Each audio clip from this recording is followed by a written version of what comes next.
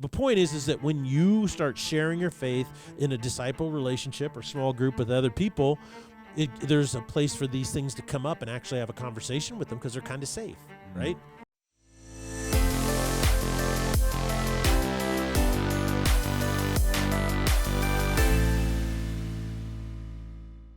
Ladies and gentlemen, welcome to 2024 and the Salty Pastor Podcast. We have a really big year laid out before us. The Salty Pastor Podcast is going places we have never gone before. We're going out into the deep water. Our motto is fluff is not enough, and it's going to take on a whole new meaning. Over the course of the next year, regular listeners of the Salty Pastor Podcast are going to be challenged to go places in their faith they have never gone before. It reminds me of when Peter first interacted with Jesus. He had been fishing all night long and had caught nothing. He was cleaning his nets after a long shift, and Jesus uses his boat to speak to the crowds. And after he was done, Jesus said to Peter, "Cast out into deep waters and let down your net." This is what we're going to be doing this year. We're going to cast out into the deep. It's going to be a great year, a new year with new possibilities. And of course, the captain of this is the Salty Pastor himself, Dr. Douglas Peak. Well, welcome everybody to this new year, 2024, of Salty Pastor Podcasting. I'm really excited about casting out into the deep. I'm excited about letting down the nets, and let's see what God's going to do. What miracles is he going to perform and create in your life, through you, in you, the people around you? God is wanting to expand his kingdom. And when we become a part of that process, what happens is we grow strong. And I think that's one of the biggest things about our new theme for the year, is that it is a challenge for us to grow stronger in our faith. And I think we really need it, because when I look at our world that we live in, and I just look at a lot of the diverse opinions, and I look at the diverse ideologies, we really need a compass to help navigate that and allow us to look with optimism to the future as opposed to cynicism. And so it's really important. The more you know about your faith, more you know what you believe and why you believe it, the more you realize that you are called to grow strong in your faith, then the more courageous and optimistic you get about the future. So I think it's just going to be a great year for us. I'm excited about it. I hope that all of you will grow along with us, share with your friends, ask them to become regular listeners. Listen to it and then get together over coffee. It doesn't matter if you're in Arizona, Georgia, Connecticut, if you're in Alaska, it doesn't matter where you are. Just get together, have coffee, talk about it, and how God is growing you strong by being a Salty Pastor listener over the coming year. I'm very excited about our time together, and I hope you are as well. The theme for 2023 was the kingdom of God, and on Tuesday you shared the theme for 2024, which is expand the kingdom of God. We looked into the biblical principle that the goal of living in the kingdom of Jesus is to grow strong and mature in your faith. This year we're going to focus on how our involvement in expanding the kingdom of Jesus is the path to growing strong and mature in our faith. Mm-hmm. We looked at Hebrews 5 and Ephesians 4 and found the biblical principles of spiritual maturity is a must, something we are commanded to do, and 2, sharing your faith is how you grow spiritually mature. Yeah, and I think that's a very important principle to point out, because most people that think that sharing your faith or expanding the kingdom of God is a duty. It's just something that you're supposed to do, right? It's a chore. It's something we do out of gratitude to Jesus because of everything he's done for us. It's the least I can do because he loves me. Well, what these passages show us, the ones you just mentioned, is that the ability to share your faith, and I mean more than just witnessing. When I say sharing your faith, I want to make sure you understand what I'm talking about. I'm not talking about going down on, knocking on doors in your neighborhood and saying, "Hey, have you ever heard about how much Jesus loves you?" That's not what I'm talking about. What I'm talking about is sharing your faith, the totality of your life, with other people, okay? It's more than just witnessing, all right? Once you understand that what these passages are saying, they're saying the ability to share your faith with people is a path to maturity and strength in your own faith. Hebrews says, by now you should be teachers, but they weren't, because they were still needing milk. They weren't eating solid food. So when you start to share your faith, when you can teach the principles of God to other people because you understand them clearly and you know what you believe and why you believe it, you can share your faith by witnessing to other people. You know, you can be at a party, an office party, or standing around the water cooler. Or you could be someone says, "Hey, well, where do you go to church?" And and you realize, "Hey, I've got a really great answer to the bigger questions." Right? I'm ready for that moment. Okay? So you can witness to somebody who's asking a question. I was just talking to a family in our church, and they were talking about this gal and her journey of faith. And what happened is she says, well, the way I became a Christian is she had a friend that she had known, and they were social media buddies on Instagram. And her friend became a Christian, and her friend started to post on social media, hey, this is what's going on in my life. So when she bumped into this friend in real life, she said, hey, what's going on with you? And in that moment, her friend led her to the Lord. So that's called witnessing, right? But there's other ways to share your faith, okay? You share your faith by teaching, right? You share your faith by discipling. You share your faith by using your spiritual gift. You find out what it is and you use it.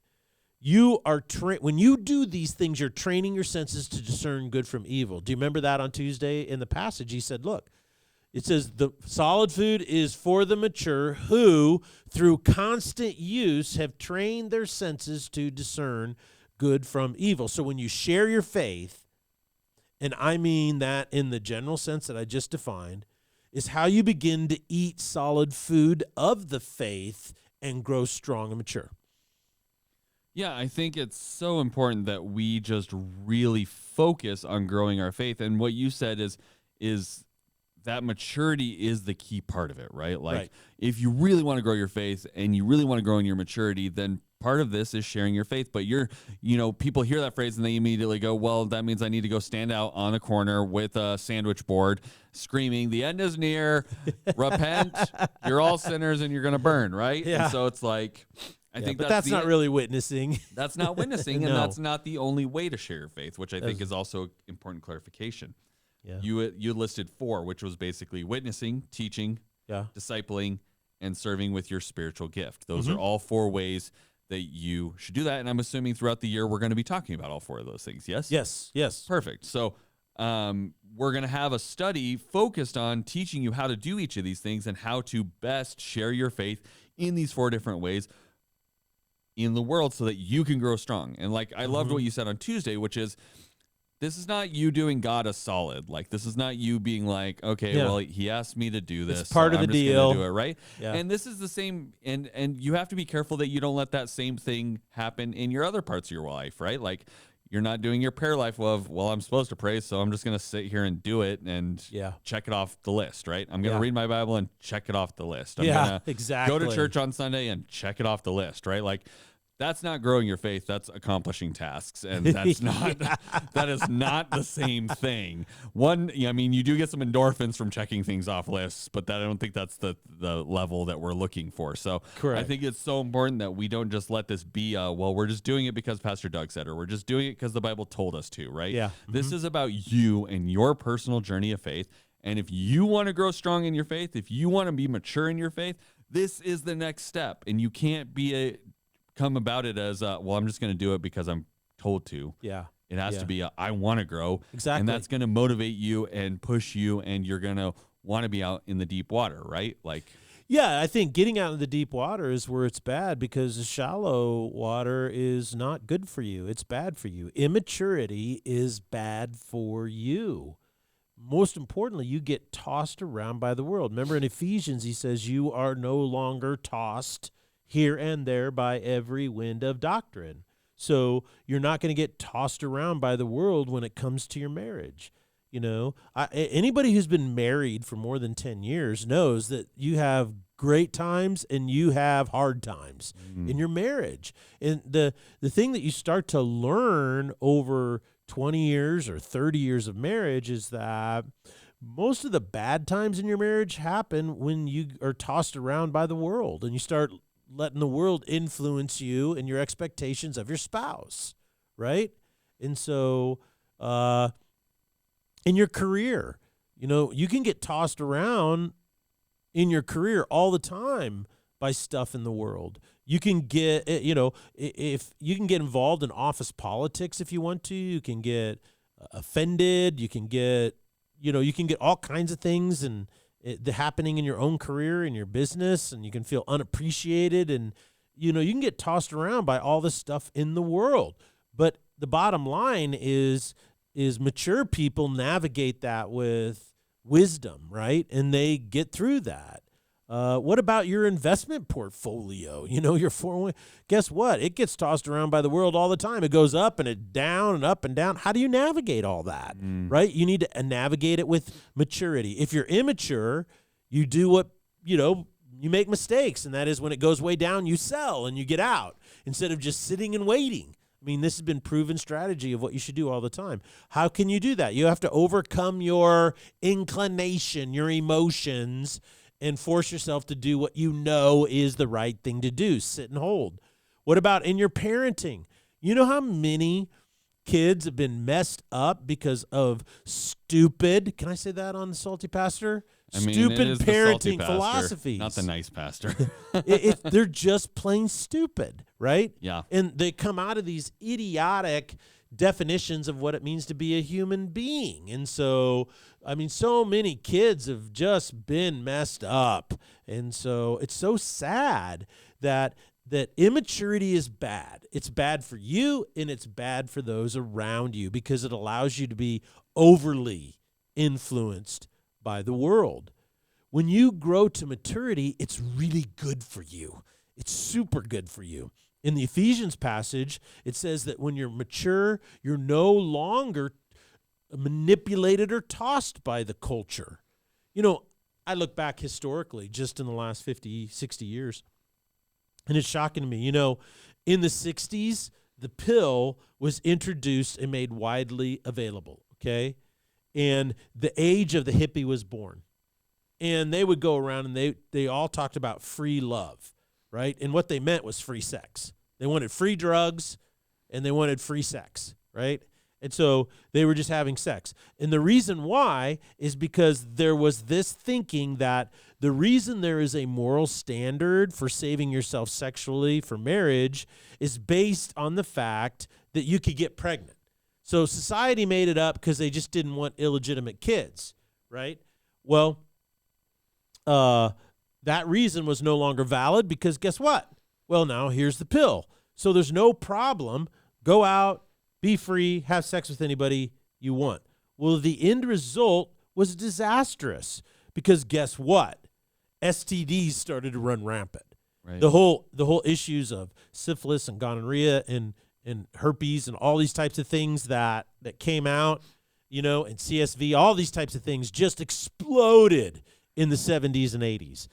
Oh, maybe there is another reason why you should save yourself and not be sexually active. So then the big push became, well, wear a condom, right? And that was a huge thing. The second thing is that happened. Some women, not all, but a lot of women began using getting pregnant as a way to try and keep a man, right?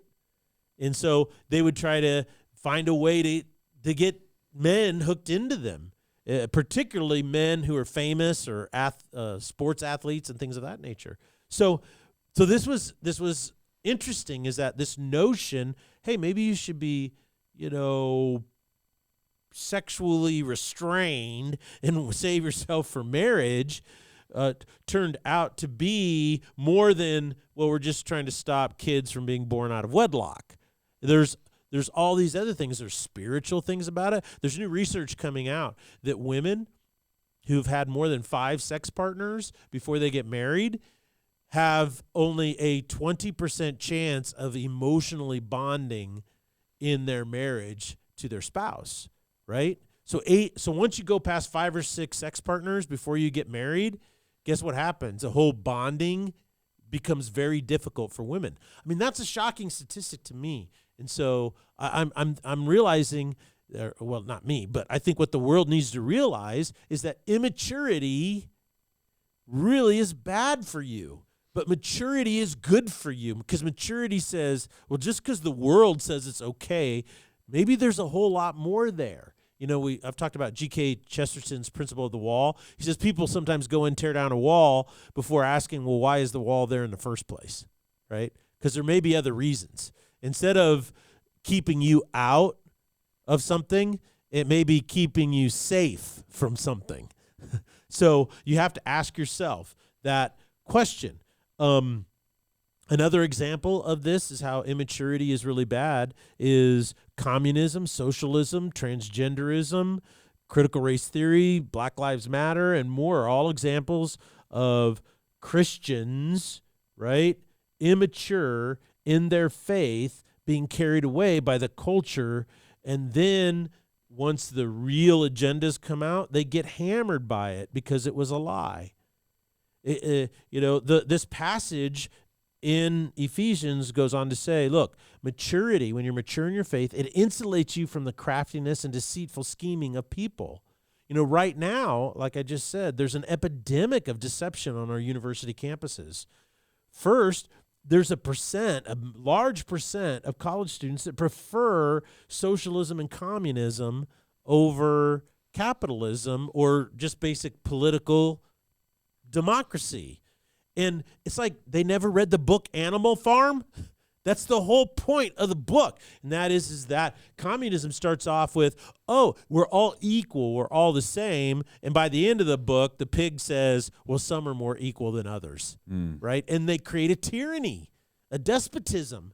And, well, only mature people go, yeah, I'm not going to buy into the lies of communism. It's a lie. It's always been a lie. And we have history now that proves it to be a lie. And yet today on college campuses, there are more communists than there are anywhere. It's amazing to me how bad it's gotten. Well, that's because of immaturity.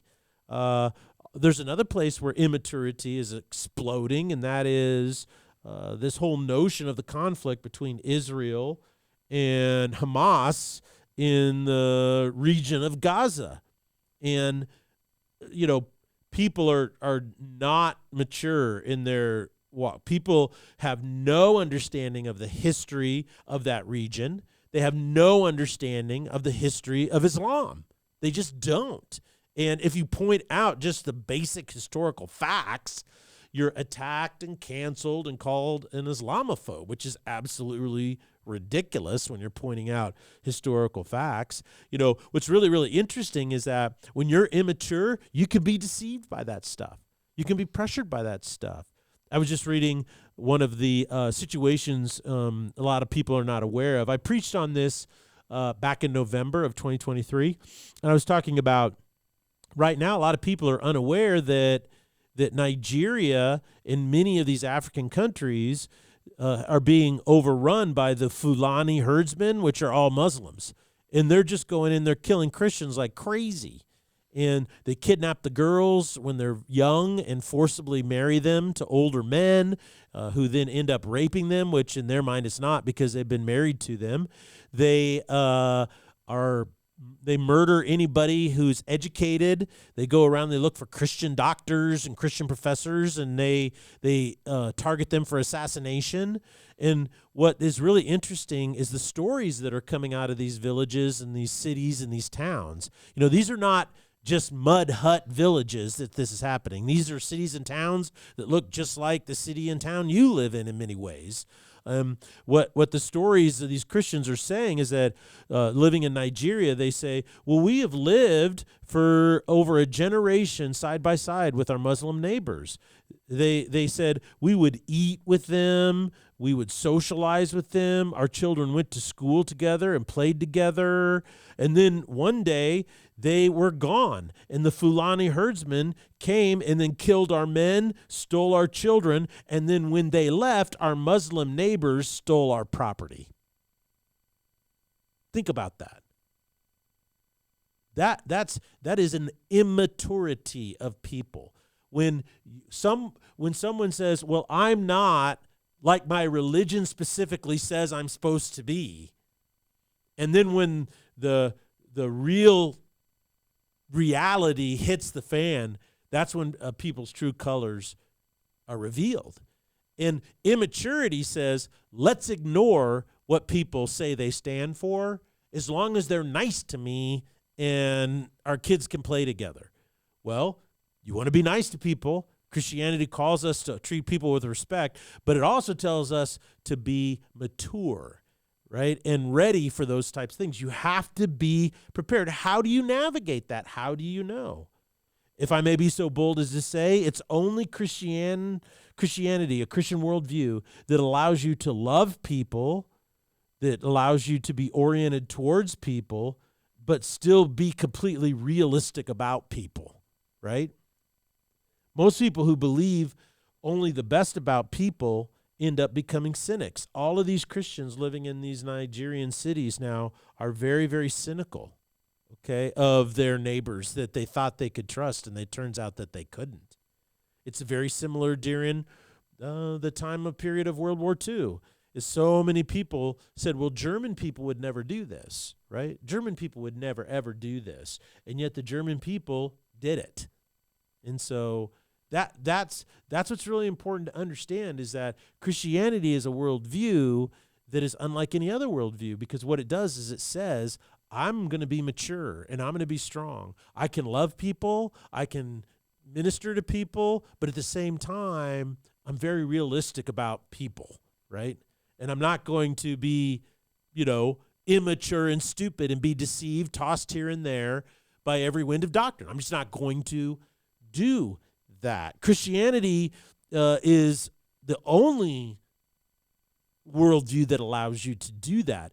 The current situation in America in particular is alarming to me, because atheism and other religions, belief systems, only have two options when it comes to human beings. And that is, human beings are completely good, meaning, or they're just benign, or they're completely bad and evil, right? And they see people in binary terms. But only Christianity sees the innate value in every human being, while at the same time recognizing the power of sin and deception over people. And so that's what being mature is, right? It's like, and parents understand this. When you have a 5-year-old, you love your 5-year-old to death. You love your 5-year-old and all their inquisitiveness and all this kind of stuff, but you always keep one eye on your 5-year-old, right? Because you never quite know. That doesn't mean you love them any less. You're just very mature about what you don't give your 5-year-old the keys to your car. And that's what's really important about Christianity, is it allows us to be strong and mature, love people, care for people, minister to people, but also be really realistic about the ideologies out there and how destructive those ideologies are to human beings. Yeah, and I think it's really important to understand that, like children are easily deceived, right? Yes. You talk about they watch a show and they believe that show's real. They believe different things, different myths, different whatever, right?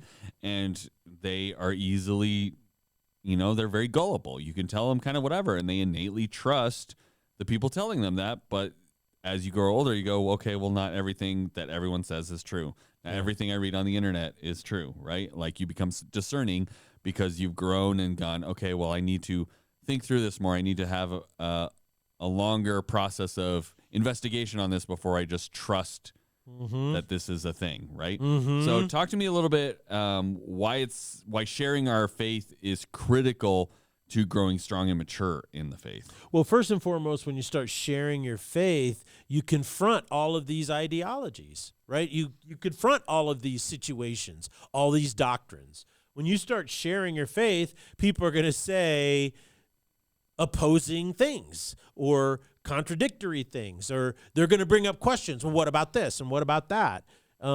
These ideas, these concepts need to be engaged with, because you need to be able to say, well, I need to think that through one way or another.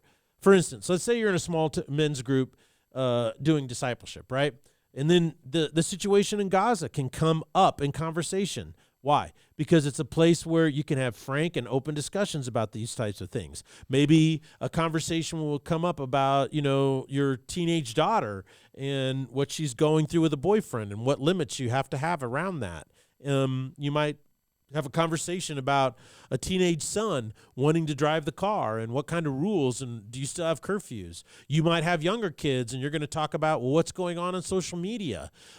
You might have a conversation of, hey, did you guys know that in our, second grade class at elementary school, they're doing this kind of stuff. They're trying to teach our kids about gender identities and all this kind of stuff. You see, the point is that when you start sharing your faith in a disciple relationship or small group with other people, there's a place for these things to come up and actually have a conversation with them because they're kind of safe, right?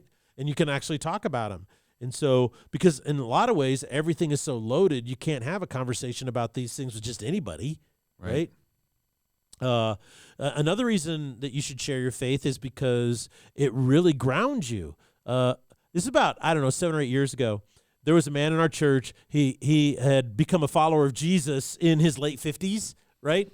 And after about 6 months, he started to volunteer as a teacher to our elementary Sunday school class, one of them. And so I was like, hey, man, what's it like being down there with all those, third graders and fourth graders? And he goes, in all honesty, Pastor, he goes, I really love preparing for the lessons. He goes, because I think I'm learning more than the kids are. But you see, the thing is that when you use your gift and when you're sharing your faith, you start learning more about your own faith. And that's why it is so important to share your faith and how it grows. When you begin sharing your faith, you're actively using your faith.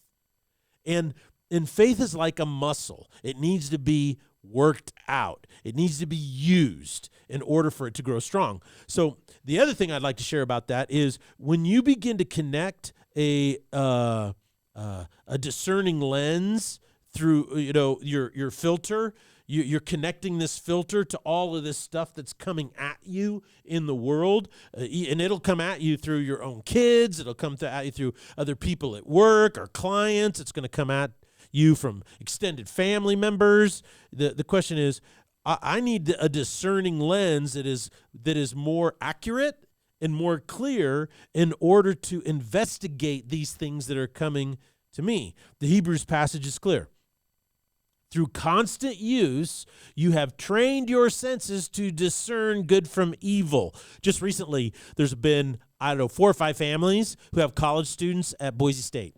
And they came up to me and they said, hey, have you heard about such and such a group on campus? They approached my child or my college student and asked them to become a part. What do you think about it? And I said, yeah, that's a cult. That's a cult. Stay away from it, But you'd never know that unless because like what most cults do is they use deceitful scheming. So they use language that you as a Christian might be familiar with, right? And then they love bomb you, so to speak. They come in, they try to just bomb you with attention and affection and pressure. And then the next thing they do is they cut you off from your family.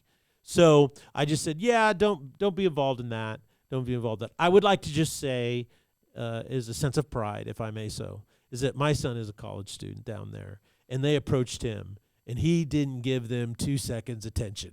He just was like, yeah, you guys are weird. No thanks. Right. But I how do you get to that point when you can, things don't pass the smell test on you? Yeah. Well, only by using your faith regularly. He says you have trained your senses through constant use to discern. So the more you use your faith to discern these things, figure things out, make decisions, the more you're able to sniff out the good from the evil, and that's a big deal. Yeah, I think it's really important that you can have that discernment because there is so many ideas, especially with the invention of the internet. Like, information is just bombarding you on a daily basis, right? It's crazy. Ideas, different ways of thinking, studies, quote unquote, things that are popping up, right? The way things are being written these days.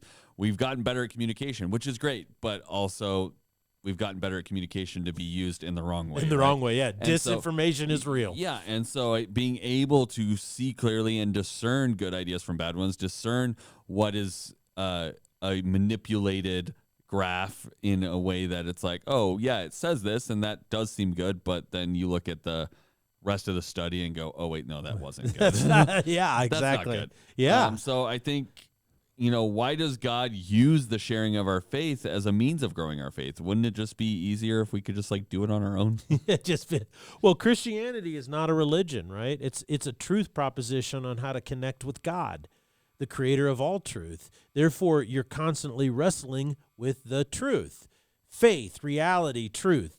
Using your rational mind is just as important as experiencing the love and acceptance and value, forgiveness and redemption from God. See, it's all one. Faith is about the whole expression of the human soul. So it begins with redemption and healing and acceptance, a sense of value that comes from God, right? I feel the love of God in my life. I feel the freedom from the burden of sin in my life. But now I need to exercise my rational mind in reality, in truth. That's a part of faith, right? That's the difference between a immature faith and a mature faith. Romans 12:1-2 says this, I urge you, brothers and sisters, by the mercies of God, to present your body as a living and holy sacrifice, acceptable God, which is your spiritual service of worship. Verse 2, listen to what he says. Do not be conformed to this world, but be transformed by the renewal of your mind, so that you may prove what the will of God is that which is good, acceptable, and perfect. Therefore, the way we grow to maturity is by learning to share our faith using our minds, right? We actually disciple other people. We see someone, we might be involved in discipleship, and then we turn around and try to disciple somebody else. We endeavor to learn our spiritual gift and use it. These are all really important things. And I think in this new year, that's what I want you to experience in your faith. I want you to experience a lot of new things so that you grow stronger, that you grow more mature, and that your discernment goes through the charts between good and evil. Absolutely. Well, thank you, Pastor, so much for sharing all that with us. Thank you for helping us get a sense of where we're going this year, because I think knowing where we're going and understanding the overall focus of our studying and that we are going to be going out into deep waters, I think that's so important, because you want to be prepared for that, and you want to spend time in prayer with God going, okay, how are you going to take what Pastor Doug is talking about on the podcast and his messages at church and the nudgings you've already done in me, God, and how are you going to grow me strong this year? What am I supposed to do? Where am I supposed to share my faith that I might grow in strength and maturity with you, so that I can have this discerning lens that we're talking about? So thank you so much for joining us. Listeners, we thank you so much for being part of 2024 with us. And our next episode will be episode 365, which means you will then have enough episodes to get you through an entire year of Salty Pastor episodes. But we're going to just continue on this journey that we're on of going out into the deep waters and expanding the kingdom of God. Grow strong, people. Grow strong.